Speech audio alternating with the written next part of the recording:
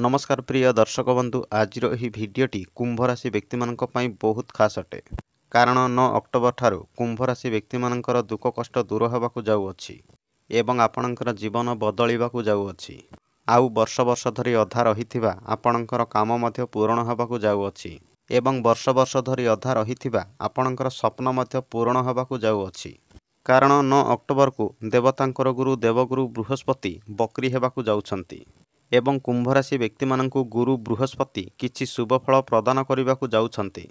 एही कारणरू आपणकर जीवन में चलुथिबा दुख कष्ट दूर होगा सहित आपणकर जीवन में बहुत बड़ परिवर्तन आसवाक जाऊँगी एवं कुंभ राशि व्यक्ति मानंकर भाग्य मध्य बदलवाक जाऊँगी 9 अक्टोबर ठारू कुंभ राशि व्यक्ति माने आपणकर फायदा पाई ए वीडियो को थोड़े शेष पर्यंत निश्चय देखंतु ताहले आपण माने जानिबाकू पाइबे जे 9 अक्टोबर ठारू देवगुरु बृहस्पति आपणको केउं सबु शुभफल प्रदान करने जाउछंती। प्रिय दर्शक बंधु भिडियोटी आरंभ करने पूर्व आपण मानकु मोर छोटिया अनुरोध रहिला जे जदि प्रथम करी आम चैनल रे आसीछंती ताहले आम चैनल को सब्सक्राइब करंतु एवं पाखरे थिबा बेल आइकन को मध्य क्लिक करंतु जहा फल रे आमर प्रत्येक भिडियो सर्वप्रथमे आपण माने पाई परिबे। आउ जदि वीडियो पसंद लगे ताहले वीडियो को गोटे लाइक करंतु शेयर करंतु एवं कमेंट बॉक्स रे हृदय रे जय मां लक्ष्मी ओम नमो गुरुदेवाय अवश्य लिखंतु। एबे चलंतु दर्शक बंधु जानि नेबा 9 अक्टोबर ठारू कुंभ राशि व्यक्ति मानकर जीवन में केउं सबु परिवर्तन आसीबाकू जाउअछि।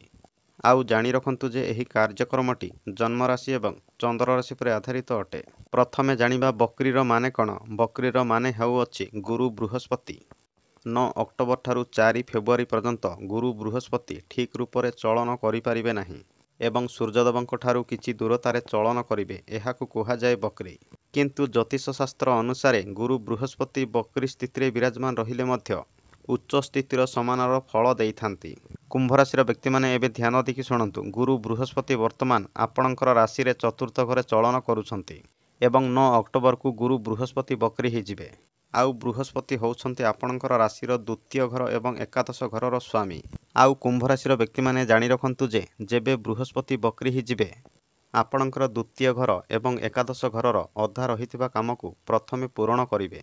आउ एकादश घर होइथाय आमर ड्रीम एवं डिजायर घर धर्म एवं काम कार्यर घर मध्य एकादश घर होइथाय एवं एकादश घर को प्रॉफिट एवं लाभस्थानर घर मध्य माना जाइथाय। एही कारणरू जो कुंभ राशि व्यक्ति माने बहुत दिन धरी आपणकर स्वप्न को पूर्ण करने को चाहूथिले किंतु करि पारु नथिले जेते चेष्टा कले मध्य आपणकर स्वप्न पूर्ण होउ नथिला किछि ना किछि समस्या लागि रहुथिला। किंतु जेबे गुरु बृहस्पति बकरी हिजिबे आपणकर वर्ष वर्ष धरी अपेक्षा करिथिबा आपणकर स्वप्न पूर्ण हिजिबो एवं जो व्यक्ति माने बहुत दिन धरी किछि गाड़ी मोटर किनिबाकू चाहूथिले किंतु किनि पारु नथिले किंतु जेबे बृहस्पति बकरी हिजिबे से व्यक्ति माने मध्य गाड़ी मोटर किनि पारिबे एवं आपणकर स्वप्न को पूर्ण करि पारिबे। एवं जो कुंभ राशि व्यक्ति मानकर काम वर्ष वर्ष धरी अधा रहिथिला आपण माने जेते चेष्टा कले मध्य आपणकर काम को पूर्ण करि पारु नथिले वर्ष वर्ष धरी अधा रहिथिबा आपणकर काम मध्य पूर्ण हिजिबो जेबे बृहस्पति बकरी हिजिबे। कारण गुरु जेबे बकरी हेबे गुरु को अधिका चेष्टा बल मिलिजिबो। एही कारणरू कुंभ राशि व्यक्ति मानकर अधा रहिथिबा काम को बृहस्पति पूर्ण करिवे एवं आपण माने मन पसंदर जिनस मध्य किनि पारिबे। आउ ता सहित निज इच्छा एवं मन पसंदर जगह को बुलिबाकू मध्य जाई पारिबे एवं वर्ष वर्ष धरी अपेक्षा करिथिबा आपणकर स्वप्न को आपण माने पूर्ण करि पारिबे एवं आपणक पई अर्थ प्राप्तिर जग मध्य बनिबो। आउ ता सहित आपणकर काम कार्य रे परिवर्तन आसीबा सहित आपणकर जीवन रे मध्य बहुत बड़ परिवर्तन आसीबो एवं आपणकर रिलेशनशिप को मध्य गुरु पूरा मजबूत बनइबे एवं आपण माने बहुत रोमांटिक मूड रे मध्य रही पारंती। एवं जो व्यक्ति माने चाकरी करुछंती से व्यक्ति मानंकु 9 अक्टोबर ठारू 4 फेब्रुआरी पर्यंत प्रमोशन मिलिबार बहुत संभावना रही अछि। एवं जो व्यक्ति माने बहुत दिन धरी प्रमोशन पाइबाकू चाहूथिले से व्यक्ति मानंक पाई मध्य प्रमोशन मिलिबार बहुत भल जग रही अछि। एवं बृहस्पति आपणकर द्वितीय घरर स्वामी हेबा जगु आपणकर बाणी मध्य बहुत भल रहिबो एवं आपणकर बाणी एवं भल कथबार्ता जगु सामना वाला व्यक्ति आपणको बहुत भल सम्मान मध्य देई पारंती। आउ कुंभ राशि व्यक्ति मानक पई गुटिए खुशीर कथा हला जे आपणकर धन एवं लाभर स्वामी होउचंती देवगुरु बृहस्पति एवं गुरु बसिछंती आपणकर सुख स्थान रे चतुर्थ घरे। आउ चतुर्थ घर होइथाय हैप्पीनेस र घर सुख शांतिर घर एवं जीवनर सबकिछि सुख चतुर्थ घररू ही मिली थाए। ଏବଂ ଆପଣଙ୍କର ଚତୁର୍ଥ ଘରେ ତ ଶୁଭ ଗ୍ରହ ଦେବଗୁରୁ ବୃହସ୍ପତି ବିରାଜମାନ ଅଛନ୍ତି ଏବଂ ଆପଣଙ୍କର ଧନ ଏବଂ ଲାଭ ସ୍ଥାନର ସ୍ୱାମୀ ମଧ୍ୟ ବନୁଛନ୍ତି ଗୁରୁ। ଏହି କାରଣରୁ କୁମ୍ଭ ରାଶି ବ୍ୟକ୍ତିମାନଙ୍କୁ 9 ଅକ୍ଟୋବର ଠାରୁ ଧନ ଲାଭର ଯୋଗ ମଧ୍ୟ ବନିବ ଏବଂ ଆପଣମାନେ ଛୋଟ ମୋଟ ଟ୍ରାଭେଲିଂ ମଧ୍ୟ କରିପାରନ୍ତି। ଏବଂ ଧ୍ୟାନ ରଖନ୍ତୁ ଯେ ଟ୍ରାଭେଲିଂ ସମୟରେ ଆପଣଙ୍କ ସହିତ ଆର୍ଗୁମେଣ୍ଟ ହେବାର ବହୁତ ସମ୍ଭାବନା ରହିଅଛି। ଏଥିପାଇଁ ଆପଣମାନେ ଟ୍ରାଭେଲିଂ ସମୟରେ ବିଶେଷ ସାବଧାନ ରୁହନ୍ତୁ ଏବଂ କୌଣସି ବ୍ୟକ୍ତିଙ୍କ ସହିତ ଆର୍ଗୁମେଣ୍ଟ କଳିଝଗଡ଼ା ଜମା ମଧ୍ୟ କରନ୍ତୁ ନାହିଁ। ଏବଂ ଆପଣମାନେ ମଧ୍ୟ ଟ୍ରାଭେଲିଂ ସମୟରେ କୌଣସି ବ୍ୟକ୍ତିଙ୍କ ସହିତ ଆର୍ଗୁମେଣ୍ଟ କରିପାରନ୍ତି, ଟିକେ ଧ୍ୟାନ ରଖନ୍ତୁ। ଆଉ ଜାଣି ରଖନ୍ତୁ ଯେ ଗୁରୁ ଆପଣଙ୍କର ଚତୁର୍ଥ ଘରେ ବକ୍ରି ହେବାକୁ ଯାଉଛନ୍ତି। ଆଉ ଚତୁର୍ଥ ଘରକୁ ଆମର ପ୍ରପର୍ଟିର ଘର ଏବଂ ମାତାଙ୍କର ଘର ମାନାଯାଇଅଛି। କୁମ୍ଭ ରାଶିର ବ୍ୟକ୍ତିମାନେ ଗୋଟିଏ କଥା ଧ୍ୟାନ ରଖନ୍ତୁ ଯେ ଗୁରୁ ବୃହସ୍ପତି ଆପଣଙ୍କର ଚତୁର୍ଥ ଘରେ ବକ୍ରି ହେବା ଯୋଗୁଁ ଯେଉଁ ବ୍ୟକ୍ତିମାନେ ଯାନବାହନ ଗାଡ଼ି ମଟର କିଣିବାକୁ ଚାହୁଁଥିଲେ କିଣିପାରିବେ, କିନ୍ତୁ ଆପଣଙ୍କର ମନ ଭିତରେ ଟିକେ ଡର ଏବଂ ଟେନସନ୍ ଲାଗି ରହିବ, ଟିକେ ଧ୍ୟାନ ରଖନ୍ତୁ। ଏବଂ ଯେଉଁ ବ୍ୟକ୍ତିମାନେ ଜମିବାଡ଼ି ପ୍ରପର୍ଟି କିଣୁଛନ୍ତି ସେ ବ୍ୟକ୍ତିମାନଙ୍କ ଭିତରେ ମଧ୍ୟ ଟିକେ ଟେନସନ୍ ଏବଂ ଡର ଲାଗି ରହିବ ଏବଂ ଆପଣମାନେ ଦିନେ ଦିନେ ବହୁତ କନଫ୍ୟୁଜ୍ରେ ମଧ୍ୟ ରହିବେ। ଖାସ୍ କରି ଲୁହା ସହ ଜଡ଼ିତ ଜିନିଷ ପ୍ରତି ଆପଣଙ୍କୁ ଟିକେ ଅଧିକା ଟେନସନ୍ ଏବଂ ଆପଣଙ୍କ ଭିତରେ ଟିକେ ଅଧିକା ଡର ରହିବ। ଏହି କାରଣରୁ ଆପଣମାନେ କୌଣସି ବି ଲୁହା ସହ ଜଡ଼ିତ ଜିନିଷ କିଣିବାକୁ ଚାହୁଁଥିଲେ ଆପଣମାନେ ଆଗପଛ ଭାବନ୍ତୁ ଏବଂ ଦେଖି ଚାହିଁକି କିଣନ୍ତୁ, ଆପଣଙ୍କ ପାଇଁ ବହୁତ ଭଲ ରହିବ।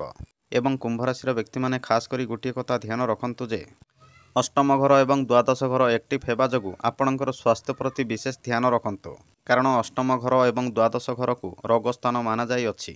ଏହି କାରଣରୁ ଆପଣଙ୍କର ସ୍ୱାସ୍ଥ୍ୟ ପ୍ରତି ଛୋଟ ମୋଟ ସମସ୍ୟା ଦେଖାଦେବାର ବହୁତ ସମ୍ଭାବନା ରହିଅଛି। ଏଥିପାଇଁ ଆପଣମାନେ 9 ଅକ୍ଟୋବର ଠାରୁ 4 ଫେବୃଆରୀ ପର୍ଯ୍ୟନ୍ତ ଆପଣଙ୍କର ହେଲ୍ଥ ପ୍ରତି ଆପଣମାନେ ବିଶେଷ ଧ୍ୟାନ ରଖନ୍ତୁ। ଆଉ ଖାସ୍ କରି ଖାଇବା ପିଇବାରେ ମଧ୍ୟ ଆପଣମାନେ ବିଶେଷ ଧ୍ୟାନ ରଖନ୍ତୁ। ଏବଂ ବହୁତ ଜଲ୍ଦି କୌଣସି ଲୋକଙ୍କ ସହିତ ମିଶନ୍ତୁ ନାହିଁ କିମ୍ବା ଅତି ଶୀଘ୍ର କୌଣସି ଲୋକଙ୍କୁ ବିଶ୍ୱାସ କରନ୍ତୁ ନାହିଁ ଏବଂ କୌଣସି ଲୋକଙ୍କୁ ବିଶ୍ୱାସ କରିବା ପୂର୍ବରୁ 100 ଥର ଭାବିଚିନ୍ତିକି କରନ୍ତୁ। ଏବଂ ଗୁରୁ ବୃହସ୍ପତିଙ୍କର ବକ୍ରି ଦୃଷ୍ଟି ଆପଣଙ୍କର ଦ୍ୱାଦଶ ଘରେ ପଡ଼ିବା ଯୋଗୁଁ ଆପଣଙ୍କର ଧନ ମଧ୍ୟ ଟିକେ ଅଧିକା ଖର୍ଚ୍ଚ ହେବାର ବହୁତ ସମ୍ଭାବନା ରହିଅଛି। ସେଥିପାଇଁ ଆପଣମାନେ ଧନ ଖର୍ଚ୍ଚ କରିବା ସମୟରେ ବିଶେଷ ସାବଧାନ ରୁହନ୍ତୁ।